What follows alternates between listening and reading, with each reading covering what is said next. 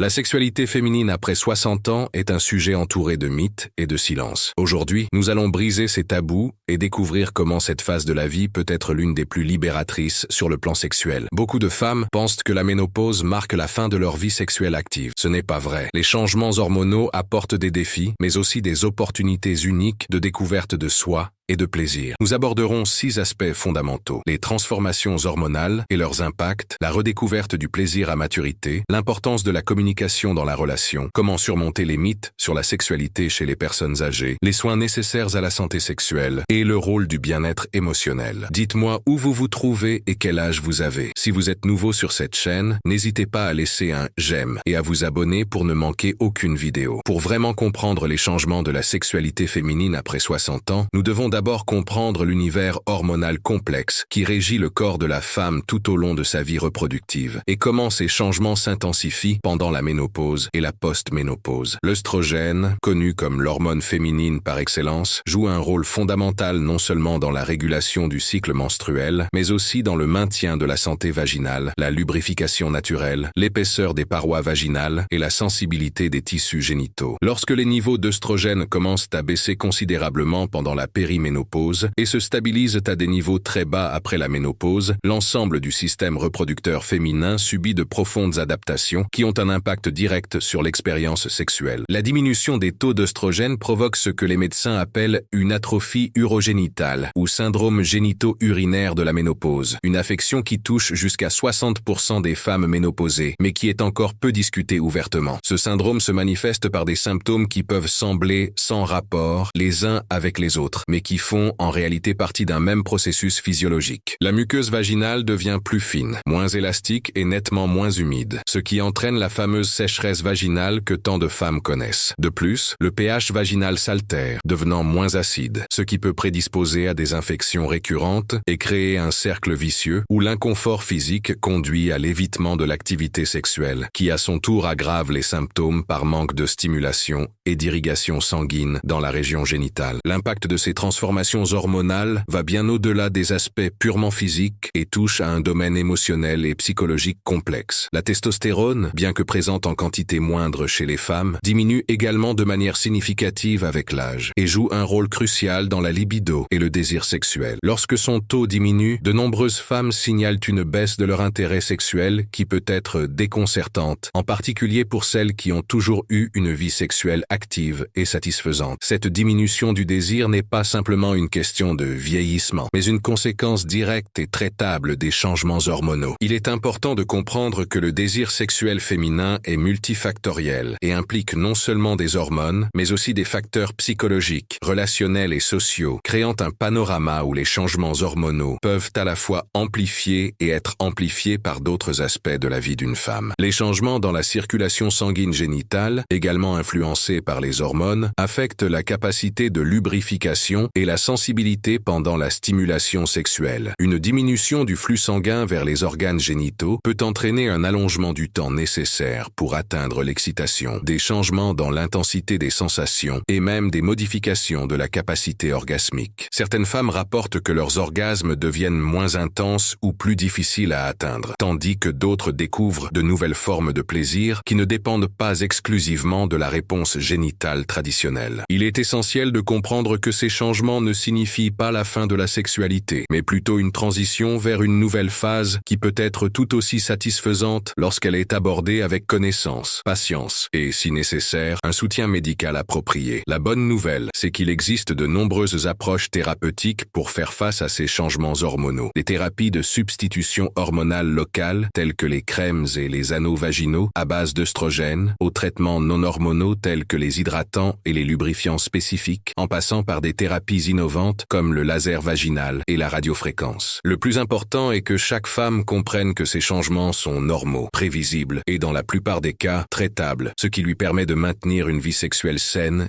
et épanouie, quel que soit son âge. L'arrivée à 60 ans marque pour beaucoup de femmes le début de l'une des phases les plus fascinantes et libératrices de leur parcours sexuel. Une période qui va complètement à l'encontre des stéréotypes sociaux sur la sexualité et le vieillissement. Cette phase représente une occasion unique de redécouverte qui va bien au-delà des limitations physiques qui peuvent apparaître, entrant dans un territoire de connaissance profonde de soi et d'authenticité sexuelle qui n'a souvent pas pu être exploré pendant les années de reproduction. Pendant des décennies, la sexualité féminine a souvent été conditionnée par des attentes extérieures, des responsabilités maternelles, des pressions sociales pour répondre à des normes de beauté et de performance, ainsi que par le manque d'expérience dans la communication des désirs et des besoins. À 60 ans, bon nombre de ces barrières commencent à se dissoudre naturellement, laissant place à une sexualité plus authentique et centrée sur le plaisir personnel plutôt que sur la satisfaction des attentes des autres. Le phénomène de la redécouverte sexuelle à la maturité est intrinsèquement lié à ce que les psychologues appellent la liberté du jugement extérieur, un état psychologique dans lequel la femme mûre se soucie de moins en moins de l'approbation sociale et se concentre davantage sur sa propre satisfaction et son bien-être. Cette transformation mentale est révolutionnaire pour la sexualité, car elle permet aux femmes d'explorer des aspects de leur personnalité sexuelle qui ont pu être réprimés ou négligés pendant des années. Beaucoup de femmes rapportent qu'après 60 ans, elles se sentent plus à l'aise pour communiquer leurs désirs, essayer de nouvelles pratiques, investir du temps dans des préliminaires plus longs et se concentrer sur le plaisir pour le plaisir, sans la pression d'objectifs spécifiques tels que la reproduction ou même l'orgasme comme seul but. Ce changement de perspective transforme fondamentalement l'expérience sexuelle, la rendant plus riche, plus variée et plus satisfaisante dans des aspects qui vont bien au-delà de la réponse génitale traditionnelle. La maturité sexuelle s'accompagne d'une compréhension plus sophistiquée de son propre corps et de ses besoins. Résultat de décennies d'expérience et d'auto-observation, les femmes mûres développent souvent une intimité avec leur propre corps qui est très différente de la conscience de soi qui caractérise la sexualité à un âge plus jeune. Cette familiarité permet une exploration plus ciblée et plus efficace du plaisir, où la femme sait exactement quel stimuli fonctionne le mieux pour elle, combien de temps elle a besoin pour chaque phase de la réponse sexuelle et comment adapter ses pratiques sexuelles aux changements physiques naturels liés à l'âge. De plus, l'expérience accumulée au fil des ans offre une perspective plus large sur la sexualité, où le plaisir ne se limite pas à l'acte sexuel lui-même, mais s'étend pour inclure des aspects sensoriels, émotionnels et même spirituels qui étaient moins valorisés dans les phases précédentes de la vie. Un aspect particulièrement intéressant de cette redécouverte est la manière dont de nombreuses femmes mûres développent une sexualité plus holistique et intégrée, où le plaisir sexuel est lié à d'autres dimensions du bien-être personnel. La sensualité devient plus raffinée et moins urgente, permettant une appréciation plus profonde des textures, des arômes, des saveurs et des sensations qui auraient pu passer inaperçues pendant la période reproductive, lorsque la sexualité était souvent davantage orientée vers des objectifs spécifiques. Cette approche plus contemplative de la sexualité permet aux femmes mûres de développer des répertoires sexuels plus diversifiés et créatifs, intégrant des éléments tels que les massages sensuels, l'exploration de différents environnements et situations, l'utilisation de produits spécifiques pour augmenter le plaisir et même des pratiques impliquant la pleine conscience et la connexion corps-esprit. La redécouverte du plaisir à la maturité est également souvent associée au dépassement de traumatismes ou de blocages sexuels qui peuvent être restés latents pendant des décennies. Avec la maturité émotionnelle et psychologique qui vient avec l'âge, de nombreuses femmes se trouvent enfin capables de traiter et de surmonter des expériences passées qui limitaient leur expression sexuelle. Cette libération psychologique, combinée à la réduction des pressions sociales et familiales, caractéristiques de cette phase de la vie, crée un environnement propice à une sexualité plus authentique et plus satisfaisante. Il en résulte souvent une vie sexuelle plus riche et plus épanouissante que celle connue au cours des décennies précédentes, remettant complètement en question les mythes culturels sur la sexualité et le vieillissement. La communication intime après 60 ans représente l'un des changements les plus significatifs et les plus nécessaires dans la vie sexuelle d'une femme, constituant le pilier fondamental qui soutient la continuité et la qualité de la vie sexuelle pendant le vieillissement. Au cours de décennies de relations, façon, de nombreux couples développent des schémas de communication qui fonctionnaient bien lorsque leur corps réagissait de manière plus prévisible et que leurs besoins sexuels étaient relativement stables. Cependant, les changements physiques, hormonaux et émotionnels qui accompagnent le vieillissement exigent une refonte complète de la manière dont les partenaires communiquent sur la sexualité, l'intimité et les besoins physiques. Cette nouvelle phase exige une honnêteté et une vulnérabilité qui peuvent être difficiles pour les générations qui ont grandi à une époque où la discussion ouverte sur la sexualité était taboue, en particulier pour les femmes qui ont été élevées dans le secret et la discrétion quant à leurs désirs et leurs besoins sexuels. Une communication efficace sur la sexualité à un âge mûr va bien au-delà de la simple expression des désirs et des préférences, couvrant un éventail complexe de sujets qui inclut les changements corporels, les limitations physiques émergentes, les modifications de la réponse sexuelle, les besoins émotionnels modifiés, et même les questions liées à l'image de soi et à l'estime de soi. De nombreuses femmes mûres sont confrontées au défi de communiquer des changements intimes qui peuvent être perçus comme embarrassants ou qui peuvent susciter de l'anxiété chez leur partenaire. Par exemple, expliquer qu'elles ont désormais besoin de plus de temps pour lubrifier naturellement, que certaines positions sont devenues inconfortables en raison de changements articulaires ou musculaires, ou que leur libido a considérablement changé, nécessite une approche communicative à la fois honnête et délicate.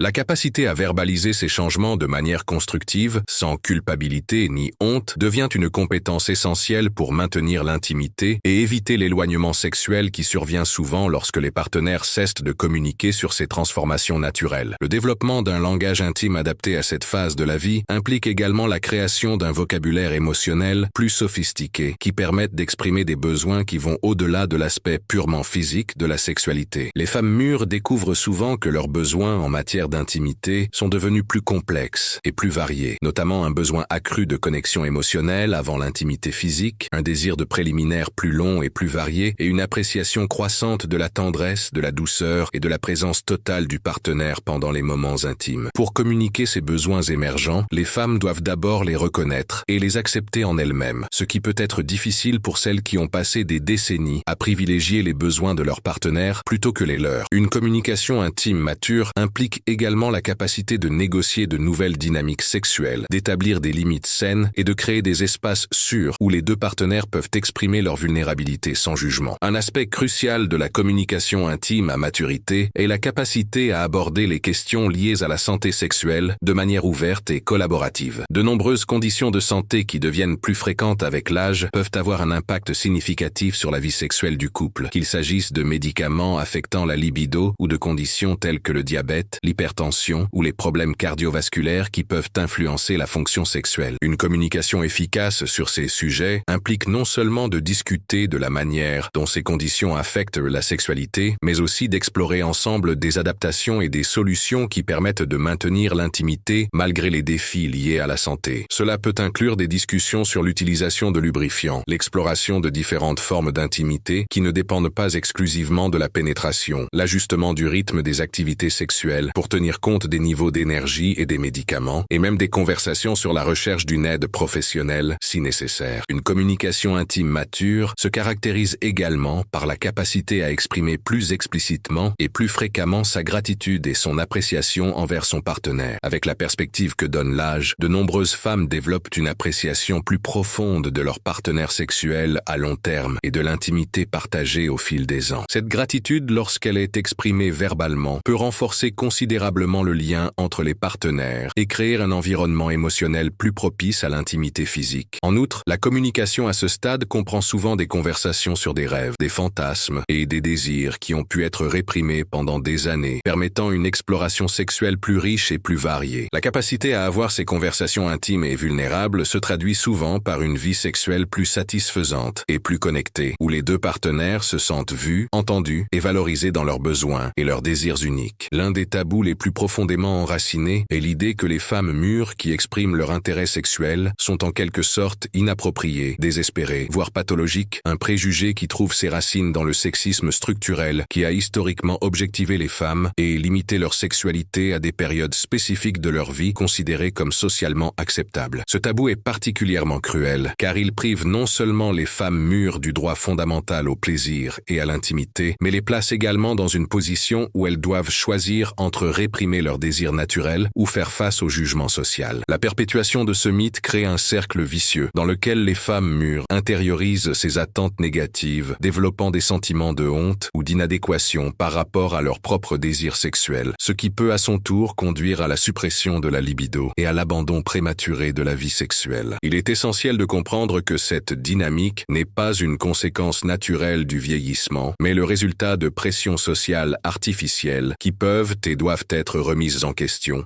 et surmonter. Un autre mythe particulièrement destructeur est la croyance que le plaisir sexuel diminue inévitablement et drastiquement avec l'âge. Une généralisation qui ignore complètement la variabilité individuelle et les multiples dimensions du plaisir sexuel qui peuvent se développer et s'affiner avec l'expérience. Cette conception erronée ne reconnaît pas que, si certaines réponses physiques peuvent changer avec l'âge, d'autres dimensions du plaisir sexuel s'élargissent et s'approfondissent souvent, notamment une plus grande capacité d'intimité émotionnelle, une compréhension plus sophistiquée de ses propres besoins et préférences, et une plus grande liberté d'explorer des aspects de la sexualité qui ont pu être négligés pendant les années de reproduction. Beaucoup de femmes découvrent que la sexualité mature offre des possibilités de formes de plaisir plus intégrées et plus holistiques, où la connexion émotionnelle, la sensualité raffinée et la présence consciente créent des expériences sexuelles qualitativement différentes et souvent plus satisfaisantes que celles vécues à un âge plus jeune. La déconstruction de ces mythes nécessite non seulement un changement de perspective individuelle, mais aussi un effort conscient pour remettre en question les récits culturels dominants sur le vieillissement et la sexualité féminine. Il est essentiel que les femmes mûres se permettent de remettre en question les voix critiques qu'elles ont pu intérioriser au fil des ans, en reconnaissant que bon nombre de leurs croyances limitantes sur la sexualité et l'âge sont le produit d'un conditionnement social, plutôt que des vérités biologiques ou psychologiques immuables. Ce processus de déconstruction implique souvent une réévaluation fondamentale de ce que signifie être une femme sexuelle, en élargissant cette définition au-delà des stéréotypes de la jeunesse et en incluant des qualités telles que la sagesse sexuelle, la confiance en son corps, une communication sophistiquée et la capacité à privilégier son propre plaisir sans culpabilité ni honte. Pour surmonter ces tabous, il faut également développer un nouveau langage et de nouveaux modèles de référence pour la sexualité mature, car la plupart des représentations culturelles de la sexualité se concentrent sur les jeunes et perpétuent l'invisibilité sexuelle des femmes matures. Il est essentiel que les femmes à cette étape de leur vie recherchent activement des communautés, des ressources et des récits qui célèbrent et normalisent la sexualité mature, créant ainsi des réseaux de soutien où elles peuvent partager leurs expériences, leurs défis et leurs succès sans être jugées. Ce changement culturel commence avec chaque femme qui décide de rejeter les mythes limitants et d'embrasser sa sexualité avec fierté et authenticité, contribuant ainsi à une transformation sociale plus large qui profitera aux générations futures de femmes matures. Un suivi médical spécialisé devient encore plus crucial à cette étape de la vie, non seulement pour traiter les symptômes déjà établis, mais aussi pour mettre en place des mesures préventives qui peuvent éviter l'apparition de problèmes plus graves à l'avenir. Beaucoup de femmes ne savent pas qu'il existe une période relativement courte après la ménopause, pendant laquelle les interventions préventives peuvent être plus efficaces pour préserver la santé des tissus génitaux et prévenir la progression de l'atrophie urogénitale. Le concept « use it or lose it », utilisez-le ou perdez-le, s'applique littéralement aux tissus génitaux féminins, où une activité sexuelle régulière, que ce soit par le biais de rapports sexuels, de la masturbation ou de l'utilisation de dilatateurs vaginaux, aide à maintenir l'élasticité, l'irrigation sanguine et la fonctionnalité des tissus. Ce maintien actif de la santé génitale doit être considéré comme une forme de médecine préventive, similaire à l'exercice physique pour la santé cardiovasculaire ou à la supplémentation en calcium pour la santé osseuse. Les infections urinaires récurrentes représentent un autre défi important pour de nombreuses femmes d'âge mûr, créant un cycle frustrant où l'inconfort et l'inquiétude liés à d'éventuelles infections peuvent conduire à l'évitement des rapports sexuels, ce qui peut à son tour contribuer à davantage d'infections en raison de la réduction de l'irrigation sanguine et de l'activité immunitaire locale. La prévention de ces infections nécessite une approche holistique qui comprend une hydratation adéquate, une hygiène génitale appropriée qui ne soit pas trop agressive, progressive, le port de sous-vêtements en coton et des techniques spécifiques d'hygiène post-coïtale. En outre, de nombreuses femmes tirent profit de probiotiques spécifiques pour la santé vaginale, de compléments alimentaires à base de canneberge et, dans certains cas, d'une prophylaxie antibiotique à faible dose sous surveillance médicale. Il est important de comprendre que ces infections ne sont pas une conséquence inévitable du vieillissement, mais des affections traitables et souvent évitables avec des soins appropriés. La santé sexuelle à maturité englobe également des aspects souvent négligés tels que la santé de la peau génitale, qui peut devenir plus fine et plus sensible avec l'âge, nécessitant des produits d'hygiène plus doux et une hydratation spécifique. L'utilisation de lubrifiants n'est pas seulement une question de confort pendant l'activité sexuelle, mais une véritable nécessité médicale pour prévenir les microtraumatismes pouvant entraîner des infections ou une gêne prolongée. Le choix d'un lubrifiant adapté est crucial. Les lubrifiants à base d'eau ou de silicone, sans glycérine ni autres ingrédients susceptibles d'irriter les tissus déjà sensibilisés, étant préférable. En outre, l'éducation aux techniques de stimulation qui favorisent la lubrification naturelle et le temps nécessaire aux préliminaires devient une question de santé préventive plutôt que de simple plaisir. L'intégration de la santé physique et sexuelle comprend également la surveillance des conditions médicales pouvant avoir un impact sur la fonction sexuelle, tels que le diabète, l'hypertension, les problèmes cardiovasculaires et les effets secondaires des médicaments. De nombreuses femmes ne savent pas que des médicaments courants tels que les antihistaminiques, les antidépresseurs et les médicaments contre l'hypertension peuvent affecter de manière significative la lubrification, la libido et la réponse sexuelle. Une communication ouverte avec les professionnels de santé au sujet de la vie sexuelle et de ses impacts potentiels est essentielle pour optimiser à la fois le traitement des conditions médicales et le maintien de la santé sexuelle. Cette approche intégrée de la santé sexuelle à maturité représente un investissement dans le bien-être général